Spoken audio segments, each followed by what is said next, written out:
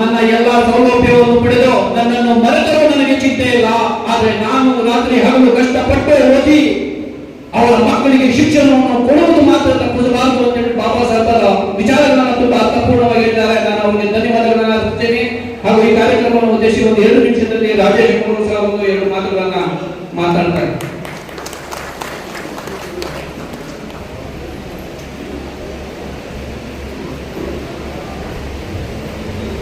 ವೇದಿಕೆ ಮೇಲೆ ಆಸನರಾಗಿರುವಂತಹ ಈ ಭಾಗದ ಬ್ಲೂ ಟೈಗರ್ ಹೆಮ್ಮೆಯ ನಾಯಕರಾದಂತಹ ಬಿಡಾ ಶ್ರೀನಿವಾಸ ಇವರಿಗೆ ವಂದಿಸುತ್ತಾ, ಹಾಗೂ ಇವತ್ತು ನಾವು ಸುಮಾರು ಬಳ್ಳಾರಿಯಿಂದ ಸುಮಾರು 500 ಕಿಲೋಮೀಟರ್ ಬಂದಿದ್ದೀವಿ.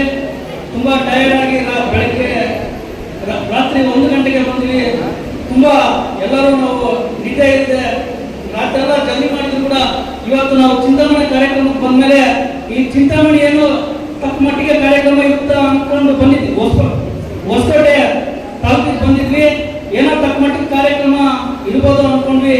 ಬಟ್ ಇವತ್ತೇನೋ ಯುವಪಡೆ ಈ ಬೆಂಗಳೂರು ಜಿಲ್ಲಾ ಗ್ರಾಮೀಣ ದಲಿತ ಸೇನೆ ಜಿಲ್ಲಾ ಸಮಿತಿ ಹೊಸಕೋಟೆ ತಾಲೂಕಿನ ಇವತ್ತು ನೀಲಿಮಯವಾಗಿ ತುಂಬಾ ಅದ್ದೂರಿಯಾಗಿ ಮಾಡಿರುವಂತಹ ಎಲ್ಲ ಜಿಲ್ಲಾ ಸಮಿತಿ ಹೊಸಕೋಟೆ ತಾಲೂಕು ಸಮಿತಿಗೆ ಧನ್ಯವಾದಗಳನ್ನು ಈ ವೇದಿಕೆ ಮುಖಾಂತರ ನಾನು ತಿಳಿಸ್ತಾ ಇದ್ದೀನಿ.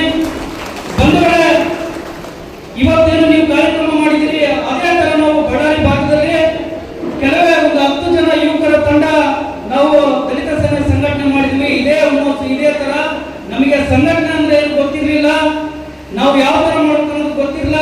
ನಮ್ಮ ಸಮಾಜಕ್ಕೆ ಏನಾದರೂ ಒಂದು ಅಳಿಲು ಸೇವೆ ಮಾಡಬೇಕು, ಸಮಾಜಕ್ಕೆ ಶ್ರಮಿಸಬೇಕಂತ ಉದ್ದೇಶದಿಂದ ನಾವು ಯೂಟ್ಯೂಬ್, ಗೂಗಲ್, ಫೇಸ್ಬುಕ್ ಗಳಲ್ಲಿ ದಲಿತ ಸೇನೆ ಹೋರಾಟ ಕೆಚ್ಚದೆ ನಾಯಕತ್ವ ನೋಡಿ ನಾವು ಮೊದಲನೇದಾಗಿ ಸೊಂಟು ತಾಲೂಕಿನಲ್ಲಿ ಹುಟ್ಟಾಕಿದ್ದೀವಿ.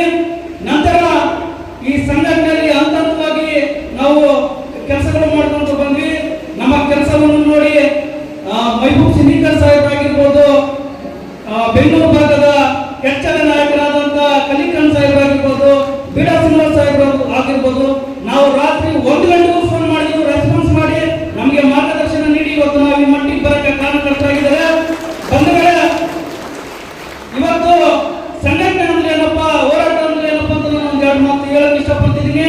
ಬಟ್ ನನಗೆ ಭಾಷಣ ಬರಲ್ಲ, ನಾನು ಮಾಡಿರುವಂತ ಕೆಲಸಗಳನ್ನ ತಮ್ಮ ಮುಂದೆ ಹಂಚಿಕೆ ಮಾಡ್ತಿದ್ದೀನಿ.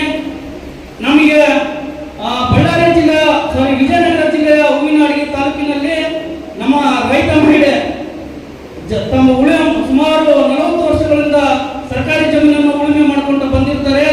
ಅಲ್ಲಿನ ಪಿಡಿಒ ಏಕಾಏಕಿ ನರೇಗಾ ವರ್ಕ್ ಮಾಡಿಸೋದಕ್ಕೋಸ್ಕರ ಅವರು ಬೆಳೆದಂತ ಬೆಳೆಗಳನ್ನ JCB ಮುಖಾಂತರ ಎಲ್ಲ ಬೆಳೆ ನಾಶ ಮಾಡ್ತಾರೆ.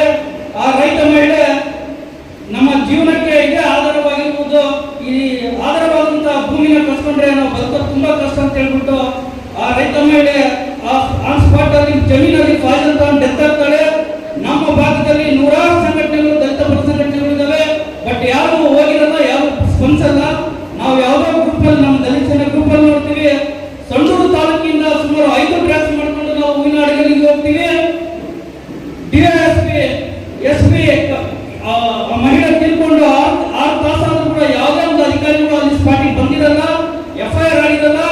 ನಾವು ನಮ್ಮ ಕರ್ನಾಟಕದ ಬ್ಲೂ ಟೈಗರ್ ಎಂದು ಹೆಸರುವಾಸಿಗಿರುವ ಅಣ್ಣ ಹನುಮಂತಜಿ ಯಳಸಂಗಿ ಸಾಹೇಬರಿಗೆ ಕರೆ ಮಾಡ್ತೀವಿ. ಸಾಹೇಬ್ರ ಈ ತರ ಆಗಿದ್ದೆ, ನಮಗೆ ಕರೆ ಬಂದಿದೆ ಅಂದ್ರೆ ನಾವು ಯಾವ ತರ ಮಾಡಬೇಕು, ಏನು ನಮಗೆ ಮಾಹಿತಿ ಇಲ್ಲ ಅಂತ ಹೇಳಿದಾಗ ಸಾಹೇಬರು ಗುಲ್ಬರ್ಗದಿಂದ ಒಂದು ಲೈವ್ ಮಾಡ್ತಾರೆ. ಅಲ್ಲಿ ವಿಜಯನಗರ ಜಿಲ್ಲೆಯ ಹೂವಿನಹಡಗಿ ತಾಲೂಕಿನಲ್ಲಿ ಒಬ್ಬ ರೈತರ ಮಹಿಳೆ ತಿಳ್ಕೊಂಡಿದ್ದಾರೆ.